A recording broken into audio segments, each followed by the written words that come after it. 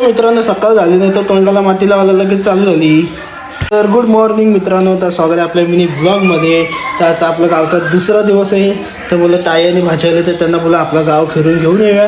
तसं मग गेलो खाडीवर आणि बुट्टे घातली भाजीला.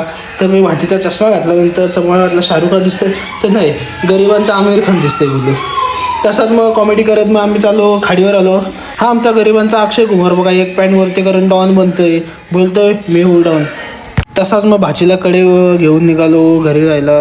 तर मला एका ठिकाणी जायचं होतं, दादासोबत कामावर जायचं होतं, तुम्हाला दाखवतोय. तसाच मग मम्मीला हाय बाय करून निघालो. लगेच आपली बाईक घेतली ना, दादा होता त्याच्या रिक्षामध्ये. तर बाईक लावली कोपरवलीला नंतर. तर मग तिथून रिक्षामध्ये बसलो. हा आपला समाध आहे, मामाचा मुलगा आहे.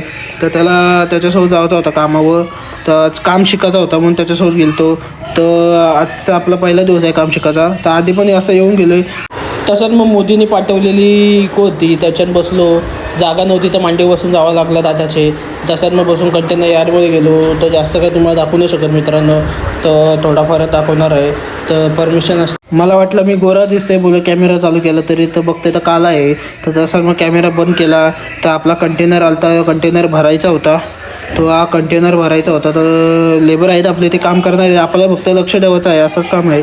तिथं लक्ष द्यायचा होता, बाकी सगळं तापत येत आहे. मग नंतर मग जेवायचा टायमिंग झाला तर जेवून घेतला लगेचच. मग दादाने सुकळल्याची भाकर आणलेली होती तर ती खाली तर बघत होतो. तो कंटेनर भरायला चालू केलं तर आपला तिथं सगळं सामान लोड करायचं होतं. ते लेबर करतातच, आपण फक्त लक्ष द्यायचं. तसंच मग आपला कंटेनर लोड करून घालतात. मग तसाच निघालो डायरेक्ट घरी जावाला. तर हालत बघा काहीच काय आली, एक दिवस काम करायला आलो नाही तर जाम थकलेलो होतो. तर लगेच तसं निघालो.